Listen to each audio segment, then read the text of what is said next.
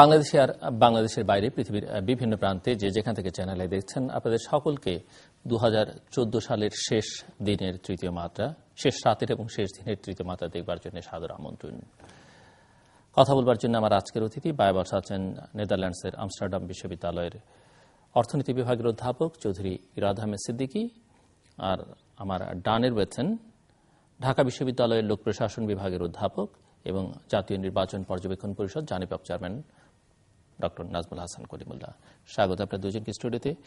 যে প্রশ্নটা দিয়ে শুরু করতে চাই, একটি বছর শেষ হতে চলল আজকে, এবং আমার প্রশ্ন আপনাদের কাছে যে গণতন্ত্রের যে যাত্রাপথ, সেই যাত্রাপথে 2014 সাল বাংলাদেশে কি কন্ট্রিবিউট করল? চৌধুরী ইরাদ আহমেদ সিদ্দিকী। ধন্যবাদ জিলুর ভাই আমাকে আমন্ত্রণ জানানোর জন্য। 2014 সাল is a very critical moment in the history of democracy in Bangladesh. বাংলাদেশের রাজনৈতিক জীবনে এবং গণতন্ত্রের পরিপ্রেক্ষিতে 2014 সাল একটি গুরুত্বপূর্ণ বছর। আমাদের কাছে কতগুলো জিনিস খুব ক্লিয়ার হয়ে গেছে as far as the growth of democracy is concerned. For Awami লীগের জন্য বাংলাদেশের সংবিধান, the constitution of Bangladesh is above the holy Quran. Holy কোরআনের ঊর্ধ্বে হচ্ছে আমাদের সংবিধান বাংলাদেশ আওয়ামী লীগের জন্য। For BNP and Jamaat, BNP আর জামাত সরকারের জন্য the Quran is above the constitution, অর্থাৎ হোলি কোরআন সংবিধানের ঊর্ধ্বে। আর বাংলাদেশের জনগণের জন্য সেলফ ইন্টারেস্ট অর্থাৎ ব্যক্তি স্বার্থ is above both the constitution and the holy Quran. সুতরাং আমরা ক্লিয়ারলি বুঝতে পারছি যে এই যে এভলিউশন এবং এই যে টেনশন, যে হোলি কোরআন কি কনস্টিটিউশনের ঊর্ধ্বে না কনস্টিটিউশন হোলি কোরআনের ঊর্ধ্বে, এটা নিয়ে যে স্ট্রাগল, এই স্ট্রাগলের একটা এভলিউশন দেখতে পাচ্ছি। সেই এভলিউশনে পিপল অফ বাংলাদেশ ফিল করছে না হোলি কোরআনকে একদল ঊর্ধ্বে নিতে চাচ্ছে কনস্টিটিউশনের, আরেক দল কনস্টিটিউশনকে বজায় রাখতে চাচ্ছে হোলি কোরআনের ঊর্ধ্বে। সেই ক্ষেত্রে আমরা আমাদের সেলফ ইন্টারেস্টটাকে বড় করে দেখব, এবং এই জিনিসটা বাংলাদেশে একটা ডেভেলপমেন্ট বলে মনে করছি, এবং এটা বাংলাদেশের জন্য একটা very new way of looking at how we relate to our religion and how we relate to our constitution. But আপনি কি মনে করেন, আপনি যেমনটা বলছেন যে আওয়ামী লীগ কনস্টিটিউশনকে হোলি কোরআনের উপরে দেখছে, বিএনপি জামাত হোলি কোরআনকে কনস্টিটিউশনের উপরে দেখছে, বাট যেটাই দেখুক না ঊর্ধ্বে রেখে, মানে তারা কি, যারা কোরআনকে সবার উপরে দেখছে তারা কি কোরআনকে ফলো করছে কিনা? যারা কনস্টিটিউশনকে সবার উপরে দেখছে তারা কনস্টিটিউশন মেনে চলছে কিনা? যারা হোলি কোরআনকে কোরআনের ঊর্ধ্বে দেখছে তারা সেটাকে কোরআনের ঊর্ধ্বে নিয়ে রাজনীতি করছে, এবং রাজনীতিটাকে সেভাবে তারা চর্চা করছে। এখন তারা ব্যক্তিগতভাবে কি হোলি কোরআনকে পালন করছেন সংবিধানের ঊর্ধ্বে, সেটা বিবেচনাধীন নয়। সেখানে আমাদের রাষ্ট্র যেভাবে পরিচালিত হচ্ছে, সেখানে একদল চাচ্ছে হোলি কোরআনকে সংবিধানের উপরে নিয়ে যেতে, আরেক দল চাচ্ছে সংবিধানকে অক্ষুণ্ণ রেখে হোলি কোরআনের উপরে অক্ষুণ্ণ রাখতে, এবং এদের মধ্যে একটা টেনশন তৈরি হচ্ছে, এবং সেই টেনশনের মধ্যে বাংলাদেশিরা কনফিউজড, এবং কনফিউজ বাংলাদেশিরা তাদের সেলফ ইন্টারেস্ট যেখানে সেই অনুযায়ী অ্যাক্ট করছে। যেমন ধরেন অনেকে এই যে ধরেন রাজাকারদের কথা বলছে, অনেকে ধরেন যুদ্ধ অপরাধের কথা বলছে, অনেকে ধর্মীয় আবেগ অনুভূতিতে আঘাত হানার কথা বলছে। এগুলো সব ইস্যুস রিলেটেড টু দ্যাট, যেটার সাথে বৃহত্তর গ্লোবাল ট্রেন্ডসের একটা রিলেশনশিপ আছে। আর যারা কনস্টিটিউশনকে সবার উপরে দেখছে তারা কি কনস্টিটিউশন পুরোপুরি মেনে চলছেন? না, নিশ্চয়ই না। তারা কনস্টিটিউশন পুরোপুরি মেনে চলছেন না, কিন্তু তারা কনস্টিটিউশনের যে সুপ্রিমেসি সেটা নিয়ে রাজনীতি করছেন, এবং সেই রাজনীতির জন্য তাদের একটা মার্কেট আছে, তাদের একটা ভোটার বেস আছে, সেই ভোটার বেসকে আপিল করছেন। যে প্রশ্নটা করেছিলাম যে আসলে 2014 শুরু হয়েছিল একটি নির্বাচনের মধ্য দিয়ে, এবং সেই নির্বাচনটি নিয়ে নানা রকমের বিতর্ক রয়েছে, শেষ হচ্ছে একটি হরতালের মধ্য দিয়ে, এবং পুরো বছরটা সেই অর্থে কোনো হরতাল হয়নি যেটি 2013 বা 12 হয়েছে। এবং আপনি জানেন যে মানবতা বিরোধী অপরাধের জন্য গঠিত ট্রাইব্যুনাল 15টি মামলার শেষ করল গতকাল, এবং তার মধ্যে জামাতের সহকারী সেক্রেটারি জেনারেল এটিএম আজহারুল ইসলামের বিরুদ্ধে মৃত্যুদণ্ডের রায় ঘোষিত হয়েছে, এবং তার প্রতিবাদে জামাত আজকে সকাল 6টা থেকে সন্ধ্যে 5:30 পর্যন্ত এবং আগামীকাল সকাল 6টা থেকে সন্ধ্যে 5:30 পর্যন্ত হরতাল ডেকেছে। সো যেটি দাঁড়াচ্ছে যে বছরের শেষ দিন হরতাল দিয়ে শেষ হচ্ছে, এবং নতুন একটি বছরও শুরু হচ্ছে হরতাল দিয়ে। কি মনে হচ্ছে আপনার কাছে? আমার মনে হচ্ছে আমাদের দেশের রাজনীতি অর্থনীতির থেকে অনেক পিছিয়ে আছে, এবং এটা আপনার ওয়াইডলি অ্যাকনলেজড হয়েছে। রিসেন্টলি একটা ব্র্যাক কনফারেন্সে সেটা আলোচিত হয়েছে, এবং আমাদের রাজনীতিটা এখনো যেভাবে প্র্যাকটিস হচ্ছে সেটা অত্যন্ত অনুন্নতভাবে, যেটা আমাদের অর্থনীতি থেকে পিছিয়ে পড়ছে, এবং এখানে পরিবারতন্ত্র এবং পরিবারতান্ত্রিক কালচার যেটা রয়েছে, this is becoming a problem. For example, যেমন ধরুন পরিবারতন্ত্রের একটা কারেন্সি আছে আমাদের দেশে। কারেন্সি কি? মানি। মানি হচ্ছে ধরুন একটা medium of exchange, unit of account, store of value. এখন এখানে ফ্যামিলি রেফারেন্স বা ফ্যামিলি কানেকশন হয়ে যাচ্ছে মিডিয়াম অফ এক্সচেঞ্জ। আপনি একটা পারমিট চাচ্ছেন বা একটা লাইসেন্স চাচ্ছেন, সেখানে আপনার পরিবারতন্ত্র, পারিবারিক পরিচিতিটা হয়ে যাচ্ছে মিডিয়াম অফ এক্সচেঞ্জ। সিমিলারলি আপনি আপনার ফ্যামিলি পরিচয়টা হচ্ছে ইউনিট অফ অ্যাকাউন্ট। আপনি যত বড় পরিবারের ছেলে, আপনি তত বড় গিফট পাবেন গভর্নমেন্টের থেকে ইন টার্মস অফ বেনিফিট। তারপর family as a store of value. এখন আপনি সৈয়দ বংশের ছেলে বা আপনি কোনো একটা বিশেষ বংশের ছেলে, এটা আপনি যখন পরিচয় দিচ্ছেন তখন আপনি সেটা একটা সৈয়দ বংশের কোনো ভালো কাজ সেটার মধ্যে স্টোর করা আছে। তো যখনই জানছেন যে আপনি অমুক বংশের ছেলে, আপনি ইমিডিয়েটলি সেটার একটা রিওয়ার্ড পাচ্ছেন by giving your reference as of membership of that family. তো এখন এই জিনিসগুলো আমাদের কালচারে এত বেশি মানে রয়েছে। এবং যেমন ধরেন পরিবারতন্ত্র, লেখকদের পরিবারতন্ত্র, গায়কদের পরিবারতন্ত্র, এমনকি জাজদের পরিবারতন্ত্র। আপনি সুপ্রিম কোর্টে গেলে দেখবেন যে অতীতে বিচারপতিদের ছেলেরা জজ হয়েছে। লেখকদের মধ্যে দেখবেন যে হুমায়ুন আহমেদের ভাই লেখক, তারপর এরকম গায়কদের মধ্যে ফেরদৌসী রহমান, নাশিদ কামাল, সব ধরনের। সেটি বোধহয় রাজনীতিতে যেভাবে, যেই সূত্রে যেভাবে হয় সেভাবে হয় না বোধহয়। সেখানে নিজ দক্ষতা যোগ্যতা না থাকলে বোধহয় হয় না। একটা ডক্টরের ছেলে ডক্টর তো বিনা মেধা, বা শিক্ষকের ছেলে শিক্ষক চাইলেই হওয়া সম্ভব নয় না, কিন্তু এটা একটা ট্রেন্ড। কিন্তু রাজনীতিবিদের ছেলে রাজনীতিবিদ হওয়া সম্ভব, তার কোনো যোগ্যতা না থাকলে। আমাদের দেশের রাজনীতিবিদদেরকে আনফেয়ারলি ব্লেম করা হয় আমার মনে হয় এটা একটা কালচারাল ফিনোমেনা, এটা একটা গোটা কালচারাল ব্যাপী প্রবলেম। কালচারাল প্রবলেম, এটা পলিটিক্যাল প্রবলেম না। আমাদের গোটা কালচারটাকে চেঞ্জ করতে হবে। এখন একটা শিক্ষক যদি তার ছেলেকে শিক্ষক না বানিয়ে আরো 10টা ছেলের একটা মেধাবী ছেলেকে শিক্ষক বানায়, তাহলে সেখানে পরিবারতন্ত্র ব্রেক হচ্ছে। একটা ব্যবসায়ী যদি তার নিজের ছেলেকে প্রপারাইটার না করে সবচেয়ে বেস্ট ম্যানেজারকে সামনে নিয়ে আসে, সেখানে সেটা ব্রেক করছে। আমাদের কালচার হচ্ছে যে একটা কালচার অফ ইনসিকিউরিটি।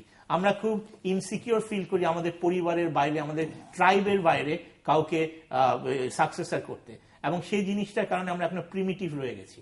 আসবো আবার আপনার কাছে।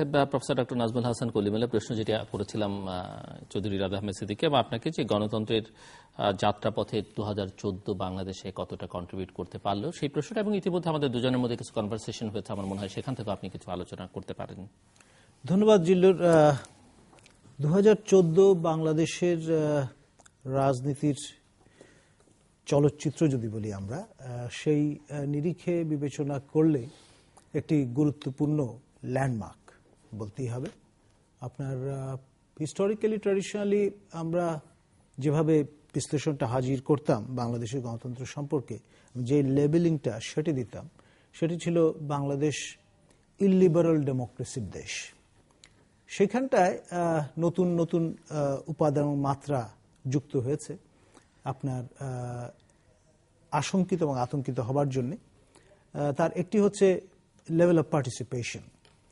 এটা একসময় আমাদের সবাইকে উচ্ছ্বসিত করত যে বিপুল সংখ্যক নারী লম্বা কিউতে দাঁড়িয়ে ভিজিবিলিটি প্রদর্শন করছেন।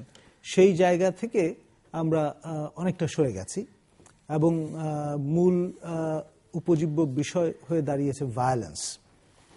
আমরা যারা নির্বাচন পর্যবেক্ষণ করি, আমাদের একটা বড় পর্যবেক্ষণের ক্ষেত্র হয়ে দাঁড়িয়েছে ভায়োলেন্স স্টাডি করা, যেটি কখনোই গণতন্ত্র সুসংগত করবার ক্ষেত্রে কাঙ্ক্ষিত নয়। এখন এই ব্যাপারটি দাঁড়িয়ে গেছে রিয়ালিটি বা বাস্তবতা, এবং গত 2013 পুরোটা জুড়ে কম বেশি ক্রমে কিন্তু ভায়োলেন্সের মাত্রা বাড়তে আমরা দেখেছি, এবং 5 জানুয়ারিকে সামনে রেখে শেষ অবধি এবছরের শুরুতে আমরা এর একবার তুঙ্গে ওঠার যে ব্যাপারটা সেটি প্রত্যক্ষ করেছি, এবং এর মধ্য দিয়ে আবার পরবর্তী যে ফেজটা শুরু হলো এক ধরনের লাল সিচুয়েশন, এবং বছরের শেষটা হরতাল দিয়ে শেষ হচ্ছে, আবার পরবর্তী বছরকে আমরা বরণ করছি আরেকটি হরতাল দিয়ে। এবং কারা হরতাল আহ্বান করেছেন সেটাও কিন্তু বিবেচনায় নিতে হবে। মৌলধারার যে রাজনৈতিক দল, যারা ইহলৌকিকতার চাইতে পারলৌকিকতায় বেশি জোর দেন, আমার কাউন্টারপার্ট তিনি তার একটা থিওরিটিক্যাল ফ্রেমওয়ার্ক আমাদের সামনে হাজির করবার চেষ্টা করেছেন, এবং এই যে ডিসকোর্সটা সেটা থেকে অনেক কিছু শিখবার এবং বুঝবার কিন্তু আছে। ক্রমে আমরা দেখছি যে আপনার যেটা রেনেসন্সের ভ্যালু, এবং আমরা যদি ভুলে না যাই, আমার মনে হয় যে 2013-এর শেষ দিকটা ঠিক এর চেয়ে অনেক ভয়ঙ্কর একটা খারাপ অবস্থার মধ্যে বা খারাপ অবস্থার মধ্যে বাংলাদেশ ছিল, এতটা না, কিন্তু তার একটা ছোঁয়া কিন্তু মনে হচ্ছে 2014-র একদম শেষ দিনে এসে পাওয়া যাচ্ছে বা শেষ সপ্তাহটিতে পাওয়া গেল। এবং 2015টা শুরু হচ্ছে 2014 যেভাবে শুরু হয়েছিল। আমি 5 জানুয়ারি নির্বাচনের আগের কথা বলছি, 5 জানুয়ারি নির্বাচনের পর তো পরিস্থিতি পুরো পাল্টে গেল। আপনি মনে করিয়ে দিয়ে ভালোই করেছেন, কারণ আমাদের স্মৃতি বড়ই প্রতারক, জাতিগতভাবেই আমরা এটা কম বেশি সবাই অ্যাডহিয়ার টু করি। এবং এখানটায় যে ব্যাপারটি লক্ষণীয় সেটি হচ্ছে যে আপনার ওই যে নিজের নাক কেটে পরে যাত্রা ভঙ্গ করবার যে প্রবাদটি আছে, সেটি অনেকাংশে ব্যাপকতা লাভ করেছে। যেন তেন প্রকারে পা টেনে ধরে নামিয়ে ফেলতে হবে, এই যে কালচারটা, এইটাই একটা মেইন স্ট্রিম ফেনোমেননে পরিণত হয়েছে। আর রাজনীতিতে ওই যে শেষ কথা বলে কিছু নেই, এই ধরনের বাগাড়ম্বর হাজির করে যে কোনো বিষয়কে জাস্টিফাই করবার একটা প্রবণতাও কিন্তু দানা বেঁধেছে। তো ফলে আদর্শ তারপর দর্শন ভিত্তিক যে রাজনীতি, সেটা মোটামুটি এখন যেটাকে বলা যায় মিউজিয়ামের একটা আইটেম বলা যেতে পারে। মার্কিনী সস্তা যে প্রবণতাটি তারা মোটামুটি প্রত্যক্ষ করেন, যেটাকে প্র্যাগমেটিজম বলা হয় ফিলসফিক্যাল কোটিংয়ে, অর্থাৎ বাস্তববাদিতা উপর ভিত্তি করে অবস্থা বুঝে ব্যবস্থা, এক ধরনের অ্যাডহকিজম, এইগুলোই মূল প্রবণতা হিসেবে কিন্তু আমরা এখন লক্ষ্য করছি আমাদের রাজনীতি। প্রফেসর সিদ্দিকী, আপনি যেমনটা বলছিলেন, ওই যে ব্র্যাকের গবেষণা দিয়েও উল্লেখ করে যে অর্থনীতি যতটা এগিয়েছে বাংলাদেশের রাজনীতি ততটা এগোয়নি। ওই গবেষণা এরকম কথাও বলেছে যে অর্থনীতি এভাবে এগোলে এবং রাজনীতি যদি না এগোয় তাহলে সেটি সাস্টেইনেবল হবে না। জি, আপনি কি তেমন একমত কিনা সেই মতের সঙ্গে? সার্টেনলি আপনার লং টার্ম যে কোনো লং টার্ম গ্রোথের জন্য আপনার এখানে পার্টিসিপেটরি ডেমোক্রেসি, এখানে আপনার ডেমোক্রেটিক ভ্যালুস থাকতে হবে, পিপলের রাইট থাকতে হবে। তাছাড়া লং টার্মে আপনার ডেমোক্রেসি সাস্টেইনেবল না। বাংলাদেশে যেটা চলছে গত এক বছর ধরে 5ই জানুয়ারি নির্বাচনের পরে, সেটা হচ্ছে নীরবতার রাজনীতি, which is the politics of silence. তো আমরা ভায়োলেন্সকে নর্মালাইজ করে ফেলেছি। উনি যেটা ভায়োলেন্সের কথা বলছেন, which is very correct. Violence আগে ছিল ওভার্ট, আমরা ভায়োলেন্স দেখতাম, আমরা ভায়োলেন্স শুনতাম, ভায়োলেন্স ফিল করতে পারতাম। এখন আমরা ভায়োলেন্স আর দেখি না, এখন গুম করে এবং নানাভাবে খুব সূক্ষ্মভাবে ভায়োলেন্সকে নর্মালাইজ করে ফেলা হয়েছে এবং একটা পলিটিক্স অফ সাইলেন্স, একটা নীরবতার রাজনীতিকে স্থাপন করা হয়েছে। মানুষের মধ্যে একটা টেরার তৈরি করা হয়েছে যে মানুষ সেই টেরারের কারণে আর পার্টিসিপেট করছে না, এবং মানুষের সেই জিনিসগুলোকে মানে মানুষকে অপ্রেস করে তার পার্টিসিপেশনকে লো করে দেওয়া হয়েছে, তার অধিকারকে হরণ করা হয়েছে, এবং মানুষ যে তার অধিকারকে আদায় করতে যাবে সেই মেরুদণ্ডকে ভেঙে দেওয়া হয়েছে। এবং এগুলো করে তারপর সেটাকে জাস্টিফাই করার জন্য রিজিওনাল কানেক্টিভিটির কথা বলা হয়েছে, এবং রিজিওনাল কানেক্টিভিটির কথা বলে মানুষকে সান্ত্বনা দেওয়া হয়েছে যে আপনি রিজিওনাল কানেক্টিভিটি পাবেন, প্রসপ্যারিটি পাবেন, কিন্তু আপনি ভয়েস পাবেন না। আপনাকে ব্রেড আর সার্কাস দেওয়া হবে, আপনাকে সুন্দর ক্রিকেট দেওয়া হবে, কিন্তু আপনি ক্রিকেট খেলা দেখবেন, কিন্তু আপনাকে চুপ করে থাকতে হবে। আপনি এসে বলতে পারবেন না যে আপনার ভোট হরণ করা হয়েছে। এবং এই নীরবতার রাজনীতিকে ক্রিকেট খেলা দিয়ে বিভিন্ন রকম কানেক্টিভিটির কথা বলে সভরেন্টিকে কম্প্রোমাইজ করে নর্মালাইজ করা হয়েছে আমাদের দেশে। জি, একদম। তার যে ব্যাখ্যা একান্তই তার নিজস্ব, তবে এলিমেন্ট অফ ট্রুথ প্রচুর খুঁজে পাওয়া যাবে তার মধ্য দিয়ে। এবং আসলে সামাজিক বিজ্ঞানের বিষয় নিয়ে আমরা আলোচনা করছি, তো সেখানে নানান মত পথ থাকতে পারে, কিন্তু অনেকটা গ্রহণযোগ্যতা আছে তার এই বক্তব্যে।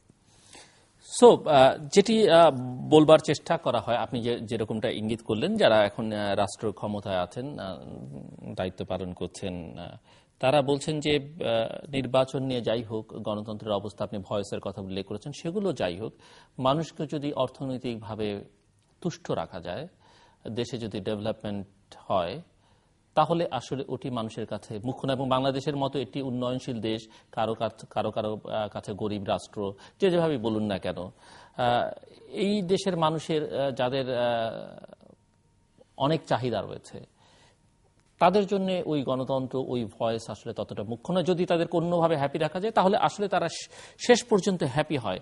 যেমনটা আপনি নিজেও সূচনা বক্তব্যে উল্লেখ করেছেন যে মানুষ এখনটা অনেকটা নিজের স্বার্থ নিয়ে চিন্তা করে, এবং সেই স্বার্থ হচ্ছে ভয়েসের স্বার্থ তো পরে, নৈমিত্তিক জীবনযাপনের জন্য যে স্বার্থ সংশ্লিষ্ট বিষয়গুলো আছে, সেগুলো যদি সরকার নিশ্চিত করতে পারে, আপনি কি মনে করেন যে সরকার সেগুলো অ্যাচিভ করতে পারছে বা সেই চাহিদাগুলো পূরণ করতে পারছে? এটা হচ্ছে প্রথম প্রশ্ন। দ্বিতীয় প্রশ্ন হচ্ছে যে আসলে কি মানুষের এই চাহিদাগুলো পূরণ হয়ে গেলে মানুষের, আপনি অন্যান্য যে দিকগুলো চিন্তার বা মনের যে চাহিদাগুলো, সেগুলো পূরণ না হলে মানুষ কি শেষ পর্যন্ত সন্তুষ্ট থাকে কিনা, বা তার ক্ষোভ বিক্ষোভকে দমিয়ে রাখা যায় কিনা? শর্ট টার্মে সরকারের যে স্ট্র্যাটেজি, আপনার মানুষকে ইকোনমিক সাকসেস দিয়ে, তাকে ইকোনমিক স্যাটিসফ্যাকশন দিয়ে তাকে হ্যাপি রাখা, তো সেটা সরকারের শর্ট টার্ম স্ট্র্যাটেজি হিসেবে খুব ভালো, কিন্তু সেটা বাংলাদেশের জন্য লং টার্ম স্ট্র্যাটেজি হিসেবে সাস্টেইনেবল না। ফর এক্সাম্পল, আমরা যখন গার্মেন্টসের মেয়েদেরকে দেখছি যে তারা একটা মানে নেগলেক্টেড, তারা আপনার কোনো শিক্ষিত হচ্ছে না, তারা এডুকেটেড হচ্ছে না, তাদের নেক্সট জেনারেশনকে এডুকেট করছে না, বা তারা খুব একটা ইনসেন্টিভ পাচ্ছে না, আমরা ভাবছি যে আচ্ছা এরা না হয় এডুকেটেড না হলো, এদের পরের জেনারেশন বোধহয় এডুকেটেড হবে। আমরা খুব শর্ট সাইটেড ভিউ নিচ্ছি, আমরা ধরেন অনেক কিছু যেগুলো করা দরকার করছি না। সেটা হয়তো আপনার গুড শর্ট টার্ম স্ট্র্যাটেজি, কিন্তু এটা গুড লং টার্ম স্ট্র্যাটেজি না। এবং সেখানে আপনার যে একটা রিপ্রেসিভ এবং অপ্রেসিভ কালচার তৈরি হচ্ছে। হ্যাঁ, ইস্ট এশিয়ার অনেক কান্ট্রি সেভাবে গ্রোথ অ্যাচিভ করেছে। আপনার আসিয়ান কান্ট্রিজগুলো যেখানে ডেমোক্রেসি লেভেল ওয়েস্টার্ন সেন্সে অনেক লো, সেখানে তারা সেটা অ্যাচিভ করেছে, কিন্তু তাদের বেসিক্যালি ভয়েস এবং পারসেপশন খুব লিমিটেড। এবং আপনি বলতে পারেন যে voice is not a priority. হ্যাঁ, নিশ্চয়ই ভয়েস প্রায়োরিটি না, কিন্তু আপনার it's not a priority in the short term, but it is a priority in the long term.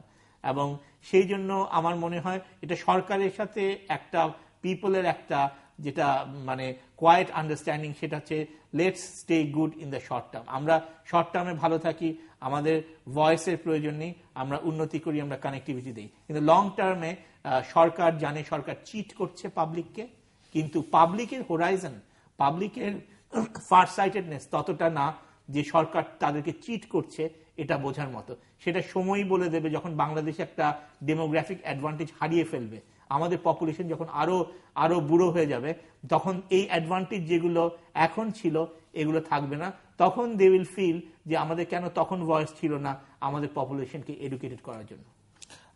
আরেকটি বিষয়, যে আপনি কি মনে করেন যে আগামী বছরটি বা সামনের দিনগুলো কেমন যেতে পারে, এই অর্থে যে বিরোধী রাজনৈতিক দল যারা বিএনপি, জামাত বা তাদের আলাই যারা আছে, তারা গত বছরটা আপনি বলেছেন নীরবতার রাজনীতি, তারাও বলছে তারা একটা সমঝোতার পথ খোঁজার চেষ্টা করেছে।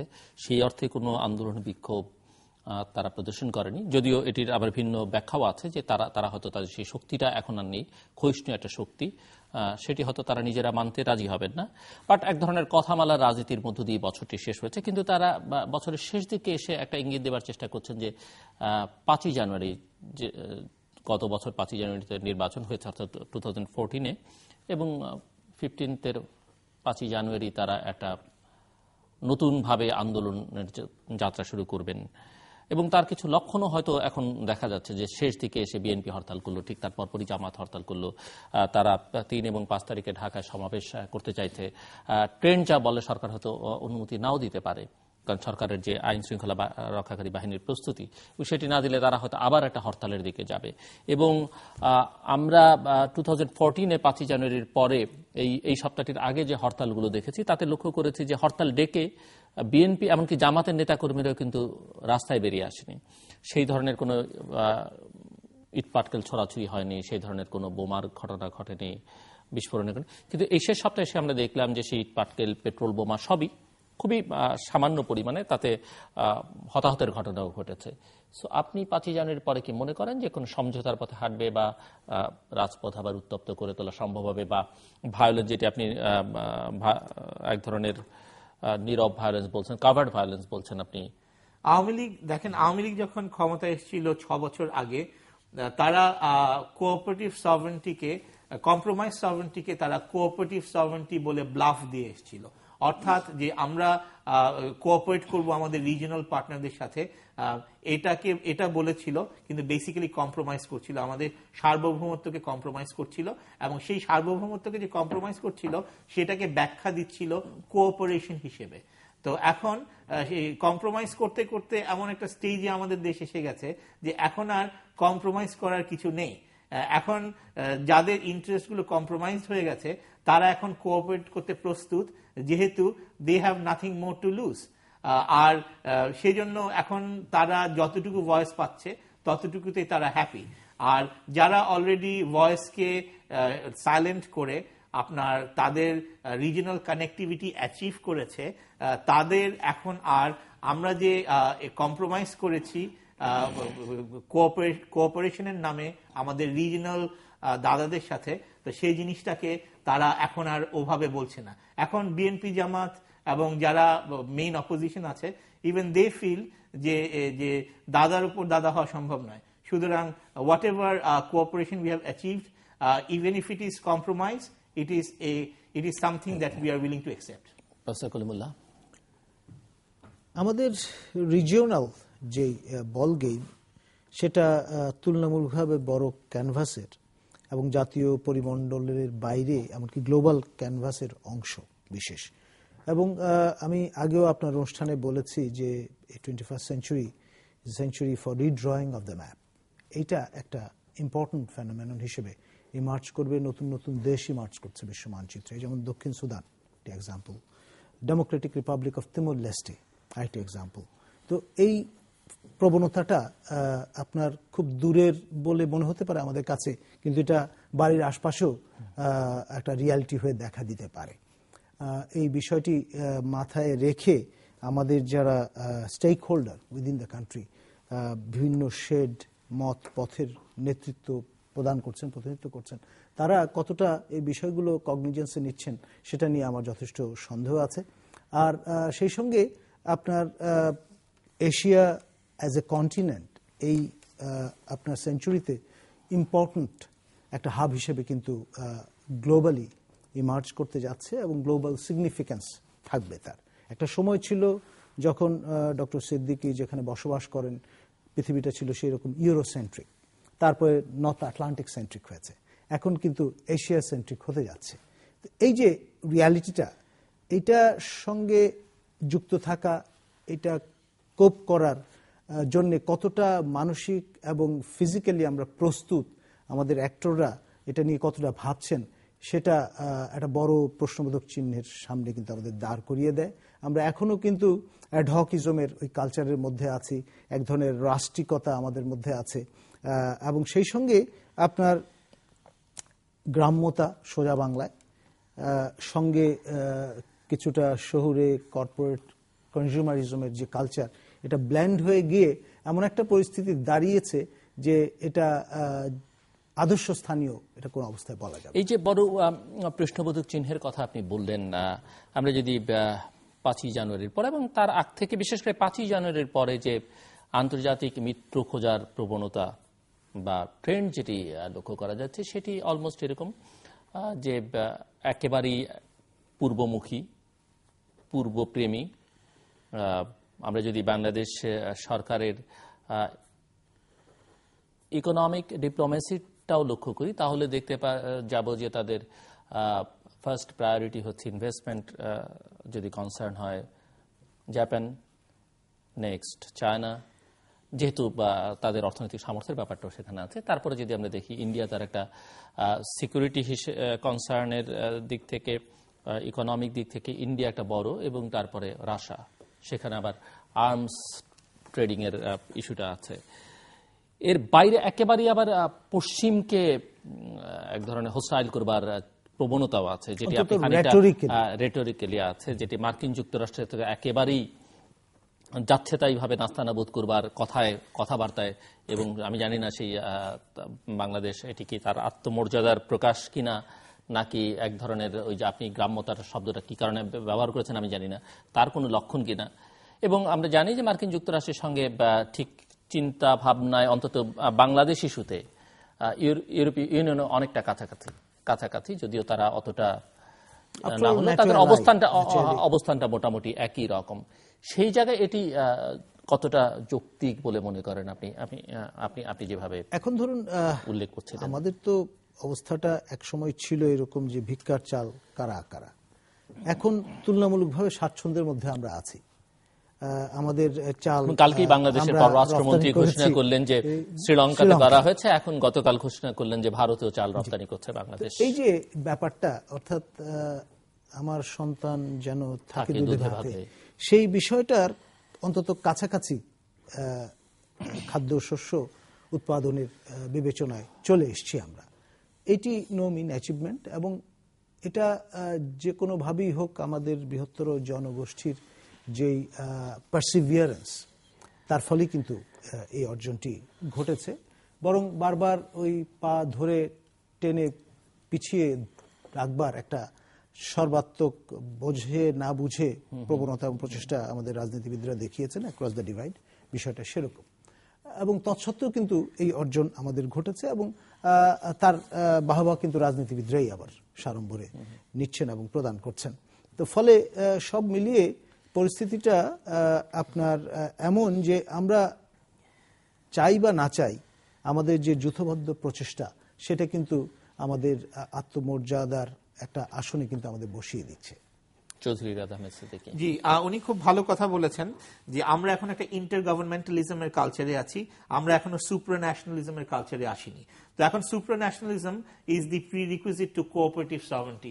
আমরা যে ভারতের সাথে কোঅপারেট করব সেটার জন্য আমাদের একটা সুপ্রান্যাশনালিজম দরকার, একটা সাউথ এশিয়ান সুপ্রান্যাশনালিজম। এখন সেই সাউথ এশিয়ান সুপ্রান্যাশনালিজম করার জন্য আমাদের যে ট্রাস্ট দরকার এবং কনফিডেন্স দরকার, সেই ট্রাস্ট এবং কনফিডেন্স ভারতের সাথে গড়ে ওঠেনি, এবং সেই প্রিরিকুইজিট ছাড়া আমরা একটা সুপ্রান্যাশনালিজম ইম্পোজ করতে চাচ্ছি, যেটা basically ending up as one way interest of the bigger player and not the interest of the smaller player. কিন্তু কারেন্ট রিজিম যেটা চাচ্ছে, তারা এই সুপ্রান্যাশনালিজমটাকে কোঅপারেটিভ সভারেন্টি হিসেবে সেল করতে চাচ্ছে বাংলাদেশের পাবলিককে, without developing trust, without developing confidence. আর এখন যেখানে আমরা এখনো একটা ইন্টার গভর্নমেন্টালিজমের কালচারে আছি, এবং যেটা একটা ডিস্ট্রাস্টফুল ইন্টার গভর্নমেন্টালিজম কালচার উইথ ইন্ডিয়া। আর এখানে রোল অফ ইন্ডিয়া বাংলাদেশে হয়ে গেছে যে ইন্ডিয়া আমাদের এখানে is a regional power, it's not just hour neighbour. এখানে রিজিওনাল পাওয়ার হিসেবে এখন ইন্ডিয়া যদি বে অফ বেঙ্গলে ব্লকেড দিয়ে দেয়, সেখানে no American ship can come with any rice আর গ্রেইন। এখন যদি আমেরিকা বলে যে আমি গ্রেইন আর রাইস দিয়ে বাংলাদেশের পলিটিক্সকে ইনফ্লুয়েন্স করব, সেখানে ইন্ডিয়ান মেরিন স্টপ করে দেবে, করে ইন্ডিয়ার যে পলিসি সেটা ইম্পোজ করতে পারবে। সেখানে India is the player and not one of the player. এবং এটা এই 5ই জানুয়ারি নির্বাচনে যে দলটি আনকন্টেস্টেড সিটে ইলেক্টেড হয়ে এসছে, তার কর্মকাণ্ডের দ্বারা ক্লিয়ারলি এক্সপোজড হয়েছে, এবং তাকে যারা এক্সটার্নাল ফোর্সেস তাকে যারা সাপোর্ট করেছে, they have made that blockade type of political attitude very clear. So কি দেখছেন আপনি, মানে বিশেষ করে আমি যদি এইভাবে আবার আরো খোলামেলা প্রশ্ন করি যে একেবারে পশ্চিমকে বাইপাস করে যদি বাংলাদেশ চলতে চায়, কারণ আমরা যদি এক্সপোর্ট বিবেচনায় নেই, বাংলাদেশের প্রধানত গার্মেন্টসটাই তো এক্সপোর্ট হয়, এর বাইরে অন্যান্য সব এক্সপোর্ট মিলিয়েও কিন্তু মূলত মার্কিন যুক্তরাষ্ট্র এবং ইউরোপীয় ইউনিয়ন প্রথমে, তারপরে মার্কিন যুক্তরাষ্ট্র। এর বাইরে অন্য জায়গায় কিন্তু বাংলাদেশ কোনো কিছু সেই অর্থে না, সেটা ঠিক কখনোই সম্ভব হবে না। আমেরিকা, ইউরোপ এরা আমাদের বিগেস্ট বায়ার থাকবে সব সময়, কিন্তু তারা আমাদের ইকোনমিক পার্টনার হিসেবে থাকা আর পলিটিক্যাল পার্টনার হিসেবে থাকা ডিফারেন্ট। এখন আমাদের কিন্তু এখন কি গ্লোবালি বা ইকোনমিক পার্টনারশিপের বাইরে গিয়ে পলিটিক্যাল পার্টনারশিপের করাটা কি সম্ভব? সুযোগ আছে কিনা? হ্যাঁ, নিশ্চয়ই সম্ভব, যেহেতু আমাদের যদি না কতগুলো সিকিউরিটি ইস্যুস, আমাদের কতগুলো জিওগ্রাফিক লিমিটেশন আছে। আমরা এখনো নেশন স্টেটের মধ্যে আছি, এখনো আমরা কমপ্লিটলি নেশন স্টেট ফ্রি না। সেখানে এখন আমেরিকা যেটাই ইম্পোজ করবে সেটাকে আপনার কতগুলা ন্যাশনাল বাউন্ডারির মধ্যে করতে হবে, এবং সেখানেই আমেরিকার লিমিটেশনটা থাকবে। কিন্তু ইকোনমিক পার্টনার তাদের সেই স্থানগুলো থাকবে, কিন্তু তারা বাংলাদেশের নাম্বার 1 পলিটিক্যাল পার্টনার ইন্ডিয়াকে বাইপাস করে কখনো হতে পারছে না। That will never happen. Bharat the dominant আপনার পাওয়ার ইন দ্য রিজন, এবং হিমালয়ের দক্ষিণে এই যে বাস্তবতাটি সেটি গণচীনও কিন্তু মেনে নিয়েছে। তো ফলে এক ধরনের ট্যাকটিক্যাল কোঅপারেশন এবং কোলাবোরেশন এই দুই রিজিওনাল পাওয়ারের আছে, এবং সেইটি একটা যেটাকে বলি আমরা উইন্ড ব্রেকার হিসেবে কিন্তু কাজ করছে। এবং এই আমব্রেলার নিচে থাকবার কারণে ইন এ ওয়ে আমরা কিন্তু সেফ। ওয়েস্টার্ন ভ্রুকুটি যা কিছুই আমরা দূরবর্তী ভাবে দেখি না কেন, সেটি অতটা রিয়েল, খুব কাছের বলে আমাদের কাছে কিন্তু প্রতিভাত হবে না। কিন্তু ভ্রুকুটি তো কেবল ওয়েস্টার্নে, অন্যান্য দিক থেকেও তো আছে, মাঝে মধ্যে দেখতে পাই, এবং সেটি খুব একটা সফট না, হার্ডই থাকে। ট্রু, বাট অনেকটা রেটরিক্যাল। আরেকটি প্রশ্ন করতে চাই যে আমরা পৃথিবী জুড়েই, যদিও আমাদের এখানে আলোচনাটা বেশি, কম বেশি রাজনীতিতে ধর্মের একটা প্রভাব লক্ষ্য করা যায়। সো প্রশ্নটা হচ্ছে যে ধর্ম রাজনীতিতে কতটা প্রভাবিত করে, ধর্মকে বাদ দিয়ে রাজনীতি করা সম্ভব কিনা। আমরা যদি বাংলাদেশে 2013-এ দেখি, এবং আলোচনাটা যেখানে মিস্টার সিদ্দিকী শুরু করেছিলেন কোরআন এবং কনস্টিটিউশনের সঙ্গে একটা তুলনা করে, এবং সেখানে বাংলাদেশের প্রধান প্রধান রাজনৈতিক দলগুলোর অবস্থানকে ব্যাখ্যা করে। সো 2013-এ যেটি দেখা গেছে যে সেখানে ধর্ম রাজনীতিতে নানাভাবে ব্যবহৃত হয়েছে। 2013-এ দেখা গেছে 14তে ঠিক সেই অর্থে খুব একটা ধর্ম সামনে আসেনি। 14তে সেই অর্থে খুব একটা ধর্মের সামনে, যেহেতু হয়তো আসলেও আমরা বুঝতে পারিনি, এখানে নীরবতার রাজনীতি, যেটি চৌধুরী রাধা সিদ্দিকী বলছেন। বাট সামনের দিনগুলোতে আপনি কি মনে করেন যে, কি মনে হয় আপনাদের কাছে যে ধর্ম বাংলাদেশের রাজনীতিকে কতটা? আমি যে বিষয়টা নিয়ে শঙ্কিত সেটি হচ্ছে, নিকট অতীতে আমরা দেখেছি মূলত সমাজের নিম্ন বর্গের জনগোষ্ঠীকে অভিষ্ট লক্ষ্য গোষ্ঠী ধরে জেএমবির মতো উগ্র সংগঠনগুলো মোবিলাইজেশনে কাজটি করবার চেষ্টা করেছে। কিন্তু নিকট ভবিষ্যতে আমার আশঙ্কা যে হিজবুত তাহরির নামে যে নিষিদ্ধ ঘোষিত রাজনৈতিক দলটি, তারা সমাজে উচ্চবর্গ এবং উচ্চ মধ্যবিত্ত পরিবারের তরুণ যুবা পুরুষ এদেরকে টার্গেট করে তাদের রণনীতি এবং রণকৌশল নির্ধারণ করেছেন, এবং it's a fast developing movement. আমাদের যেই বেসরকারি টার্সিয়ারি এডুকেশন সেক্টর, এখানটায় তারা যথেষ্ট স্পেস ইতিমধ্যে তৈরি করে নিয়েছেন। আমাদের সেনা প্রশিক্ষণ প্রতিষ্ঠানগুলোতেও কিন্তু তারা নানানভাবে নিজেদের প্রভাব বিস্তারের চেষ্টা করছেন, এবং আমাদের ব্রডলি পাবলিক বিশ্ববিদ্যালয়গুলোতে যেই ধারার প্রগতিশীল বনাম আপনার ডান ধারার রাজনীতির চর্চা আছে, সেইটার সূত্র ধরে এই প্রভাব বলয়গুলো কিন্তু তৈরি হচ্ছে। আবার ইনফিল্ট্রেশনের ব্যাপারও ঘটছে। অফিসিয়ালি প্রগতিশীল, কার্যত প্রতিক্রিয়াশীল, এই রকমের বিভিন্ন ক্যামোফ্লাজ ধারণের প্রবণতা ইদানিং লক্ষ্য করা যাচ্ছে। এবং কখনো কখনো বিস্ময়ের সঙ্গে দেখতে হয় যে খুব প্রগতিশীল পরিবারের সন্তানেরাও কিন্তু বুঝে না বুঝে এ ধরনের আন্দোলনে আকৃষ্ট হচ্ছেন। আপনার এই একজন ব্লগারকে যে 5 জন জবাই করে হত্যা করলো কোন একটি বেসরকারি বিশ্ববিদ্যালয়ের ছাত্র, তারা এটা কোনোভাবেই কিন্তু এক্সপেক্টেড না, কোনোভাবেই জাস্টিফায়েবল না। আপনার ওই ব্রিটেনের ওই উপলব্ধির মতো যে 3-4 জেনারেশন ধরে ব্রিটেনে বসবাস করেও হঠাৎ করে এরা কেন ইসলামী মৌল ধারার অনুবর্তী হচ্ছে, সেই রকমের একটা শকিং বিষয়। তো এই বিষয়টাকে আমাদের অ্যাড্রেস করতে পারতে হবে। ব্যাপারে শুধুমাত্র সনাতন কায়দায় আপনার যে ধরনের স্পায়োনেজ এবং আপনার ফিল্ড ডাটা কালেকশনের ধারাটি আছে আমাদের দেশে স্টেট উইদিন স্টেট অ্যাক্টরদের মধ্যে, যেমন এনএসআই, ডিজিএফআই, স্পেশাল ব্রাঞ্চ বা সিআইডি, তাদের কিন্তু অনেক বেশি পরিমাণে আপনার সতর্ক হতে হবে এবং সিকিউরিটি ক্লিয়ারেন্স ছাড়া কোথাও কিন্তু ছাড়পত্র দেওয়াটা ঠিক হবে না, অবাধ লাইসেন্স দেওয়া ঠিক হবে না। বাট একটা আমি একেবারে শেষের দিকে খুব সংক্ষেপে যদি আপনি বলেন যে এই যে বিএনপি তো সেন্টার রাইট পলিটিক্স করে, যদিও বা ধর্ম নিয়ে কথা আওয়ামী লীগ বিএনপি দুপক্ষই বলে, কিন্তু সাধারণভাবে পারসেপশন হচ্ছে যে বিএনপি একটু ধর্ম নিয়ে রাজনীতি বেশি করে। জামাতের সঙ্গে তার সখ্যতা বা মিত্রতার সেই প্রসঙ্গটিও সেটিকে অনেকখানি জাস্টিফাই করে। বাট বিএনপি নিজের কারণে হোক এক ধরনের ক্ষয়িষ্ণু বা শক্তি প্রদর্শন করতে পারছে না, বিশেষ করে রাজপথে। তার হয়তো একটা বড় সমর্থক গোষ্ঠী আছে বলে অনেকেরই ধারণা এখন পর্যন্ত, সেটি তার সমর্থক গোষ্ঠী অথবা এন্টি আওয়ামী লীগ ফোর্স, যার কোনো অপশন নেই বাইরে, যেভাবেই দেখি না কেন। একদিকে হচ্ছে তার অভ্যন্তরীণ দুর্বলতার কারণে তার ক্ষয়িষ্ণুতা, অন্যটি হচ্ছে যে সরকারের দিকেও এক ধরনের বিএনপিকে সাপ্রেস করে রাখা বা তাকে এক ধরনের কোনো স্পেস না দেওয়ার যে প্রবণতা লক্ষ্য করা যাচ্ছে।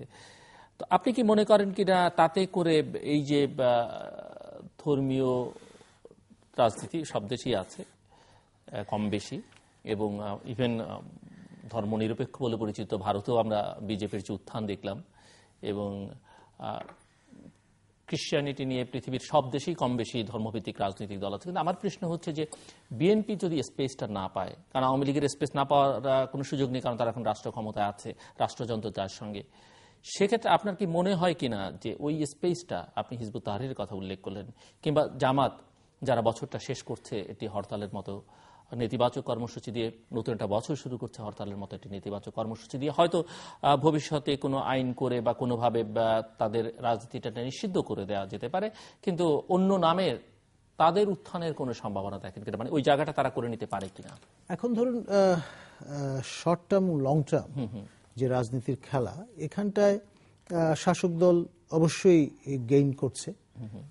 আপনার মেইন স্ট্রিম ডান ধারার লিবারেল রাজনীতির সঙ্গে যারা যুক্ত ছিলেন তাদেরকে ক্রমে আপনার মৌল ধারার সঙ্গে সম্পৃক্ত করে একই আঙিনায় আপনার বামপন করানোর ব্যবস্থা করে এক ধরনের সলিডিফিকেশনের দিকে নিয়ে যাওয়া হচ্ছে, অ্যালায়েন্স বিল্ডিং এর দিকে নিয়ে যাওয়া হচ্ছে, এবং তার ফলে ক্রমে কিন্তু মৌল ধারায় যারা বিশ্বাসী তারা স্পেস গেইন করবেন, এবং ইন দ্য লং রান ব্যাপারটি একটা ফ্র্যাঙ্কেনস্টাইনে কিন্তু পরিণত হতে পারে। আমি সেজন্যই বারবার মনে করি শুধুমাত্র লেভেলের উপর নির্ভর না করে অ্যাজ সাচ এই মৌল ধারার যে রাজনীতি করার যে প্রবণতা এবং তার যে গতি প্রকৃতি, এগুলো নিয়ে আমাদের সতর্ক দৃষ্টি রাখা ভালো।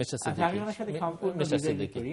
I totally disagree with him. তার কারণ ফর ইন্ডিয়া, আমরা দেখেন আমরা কিন্তু পলিটিক্যাল ইসলামের কথা বলি, আমরা কখনো পলিটিক্যাল হিন্দুইজমের কথা বলি না, আমরা কখনো পলিটিক্যাল ক্রিশ্চিয়ানিটির কথা বলি না, অথচ ওয়ার্ল্ডে কিন্তু political Hinduism is a very big problem.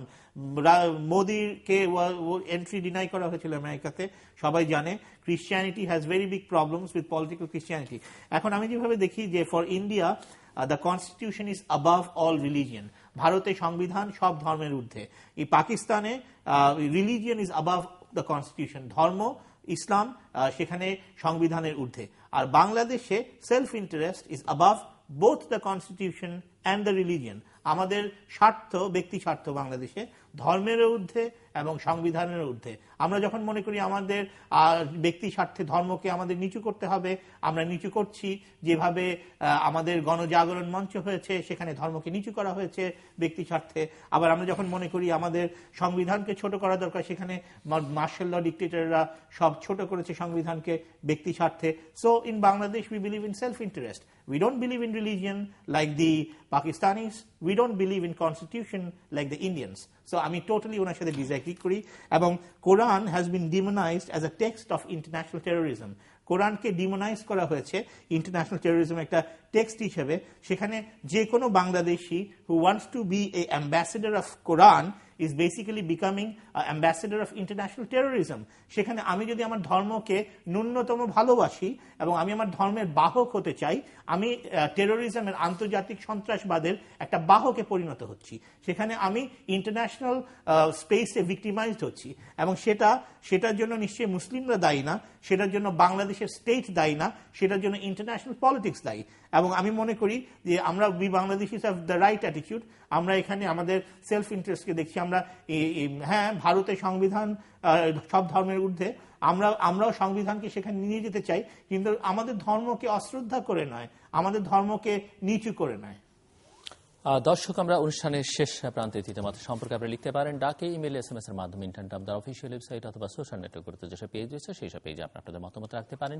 আর আপনাদের মতামতই আমাদের অনুষ্ঠান তৃতীয় মাত্রায় আপনি দেখতে পাবেন প্রতি বৃহস্পতিবার এবং শুক্রবার বাংলাদেশ আমরা দুটোই, বুধবার দুপুর 11:30 এবং শুক্রবার দুপুর 1:05 দেখবার আমন্ত্রণ রইল। প্রফেসর ডক্টর নাজমুল হাসান কলিমুল্লাহ এবং প্রফেসর চৌধুরী রাধা আহমেদ সিদ্দিকী, অসংখ্য ধন্যবাদ দুজনকেই। দর্শক মন্ডলী, দুজন শিক্ষক কথা বলছিলেন, গবেষক, শিক্ষক, এবং একজন দেশের বাইরে শিক্ষকতা করেন, অন্যজন দেশের ভেতরে করেন, কিন্তু তিনি আবার নির্বাচন পর্যবেক্ষণ করেন, যেটি গণতন্ত্রের অন্যতম একটি প্রকাশভঙ্গি। নির্বাচনী প্রক্রিয়া সেটি দেশে এবং বিদেশে সারা পৃথিবী জুড়ে করে থাকেন। নানা বিষয়ে কথা বলেছেন, এগুলো প্রণিধানযোগ্য, অধিকাংশ বিষয়ে একমত হয়েছেন। কিছু কিছু গণতান্ত্রিক বিধি ব্যবস্থা দেশের আর কোথাও কিভাবে আছে সেটি না বলা গেল, আমরা এই টেলিভিশন সেটের মধ্যে সেটি চর্চা করতে পারছি এখন পর্যন্ত। এটি অবশ্যই এটি ইতিবাচক দিক। এই বছরের শেষ দিনটিতেও বলতে হচ্ছে, এবং বছরটি শেষ হচ্ছে একটি হরতাল দিয়ে। হরতাল সম্পর্কে বাংলাদেশের মানুষের ধারণা কি? যারা ডাকেন তারাও জানেন, যারা ভুক্তভোগী তারাও জানেন, যারা এই হরতালে ঘরে নিরাপদে কাটাবার চেষ্টা করেন তারাও জানেন, এবং ক্ষমতায় যারা আছেন তারাও বেশ ভালো করেই জানেন। এবং শুরু হচ্ছে নতুন একটি বছর আগামীকাল, সেটিও হরতালের মধ্য দিয়ে। এটি খুবই প্রণিধানযোগ্য বিষয়, মাথায় রাখা দরকার যারা ক্ষমতা আছেন তাদের এবং এর বাইরে যারা আছেন সবারই।